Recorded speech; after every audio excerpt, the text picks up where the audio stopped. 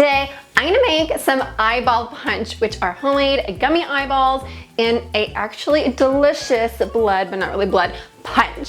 So let's get started. So I'm gonna get some water and add it to a little bowl of gelatin. And then I'm gonna pop this into the microwave for about 20 to 30 seconds until it's melted. Okay, so my gelatin is nice and melted. Can you see? Yeah.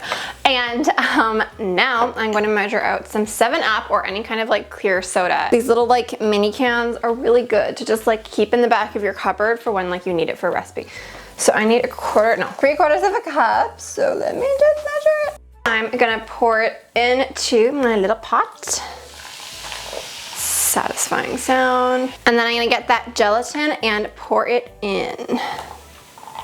I'm also gonna add like a little bit of vanilla extract and then whisk it with my miniest, slightly ineffectual, but maybe not really, whisk.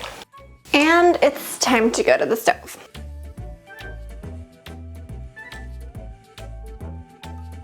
And I have a little bowl here, so I'm gonna take about 1/4 cup of the mixture and just pour it in. And I'm just gonna get some food coloring.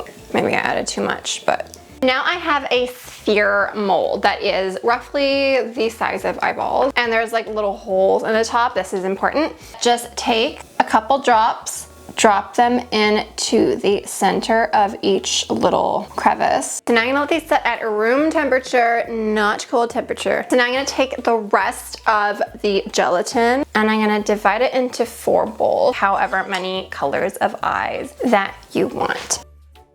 So first I'm gonna do blue, and you don't need a lot. Blue always goes so far, it's insane. Brown. For the last one, I'm gonna like surprise you. All right, are we ready? Ah, it's so cool. So it's for like spooky eyes or like, I don't know, demon eyes. Now you wanna wait until the irises, no, the pupils are like tacky to the touch, but set. That is important. And now I'm just gonna spoon all the colors on top. And I'm just gonna add enough color so that it creates like a little ring around the pupil. And then let's set that aside, and now I'm gonna do the whites. So we're back to mixing some water and gelatin, heating that up, and then that goes back into the pot, which is now a clean pot. And I'm also gonna add a bunch of condensed milk, some sugar, and some vanilla. And I'm just heating it up until everything is fully melted. I'm gonna try to like pour it on directly. I forget what I did initially. But like, oh my God, why is it doing that? Why is it doing that? Okay, so I think it's because it's too hot, the liquid. Oh, let's, I'm gonna wait for it to cool a little bit and redo these at another time. So I'm gonna put the top on and try to pour the rest of the white through the hole. Okay, that is not working either. Have I just completely forgotten how I've made these before? Okay, all right. So, pouring all the mixture in. It is room temperature, but still liquid. Now, let's stick the thing on. This looks really, really wrong, but I promise you it works. And I'll have this in the fridge overnight until it's set. All right, it's kind of working. The green eyes stuck to the top. This is weird, but like they look really cool. So I am glad that these ones have worked. Also, I originally made these for my Halloween cookbook, so I'll link it below if you want the book. Okay, that's so cool. It looks so good. Yeah, it looks weird. They melted. I mean, is that like they're kind of weird. If you want that look, pour the white mixture in when it's still hot, I guess. All right, so now I am going to make the blood punch. This is really cool and this is really easy. Also, can you see behind me? I'm like redoing the eyeballs. So we'll have red eyeballs in like a second. So I have some orange juice here and I'm gonna pour it into a jug. Duh.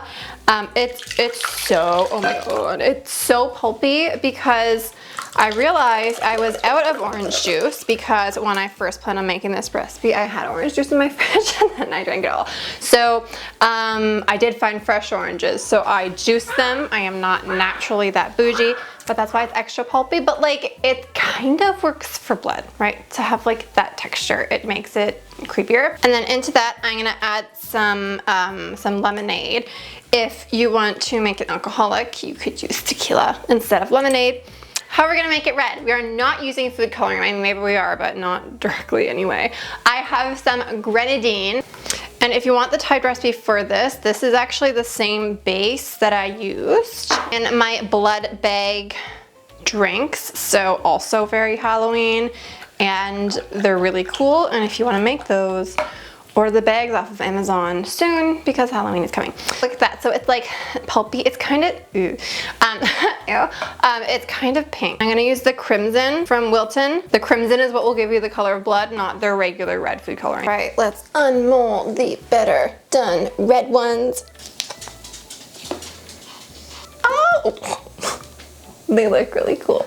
All right, it's time for the fun part. Okay, so I have like a margarita glass. I don't know if this is the right glass, but like I have an idea of how I want this to look, and I might be able to achieve it through this. So we are going to, I guess we're just like stick them in. They're sticky, which is good, right? Because they're staying in place. The blue ones are my favorite, but I think that I'm like partial to it just because like my eyes are blue. A moment of truth, I feel like you could like put these in glasses and then pour this like in front of your guests. Oh my God, oh, it's pouring everywhere.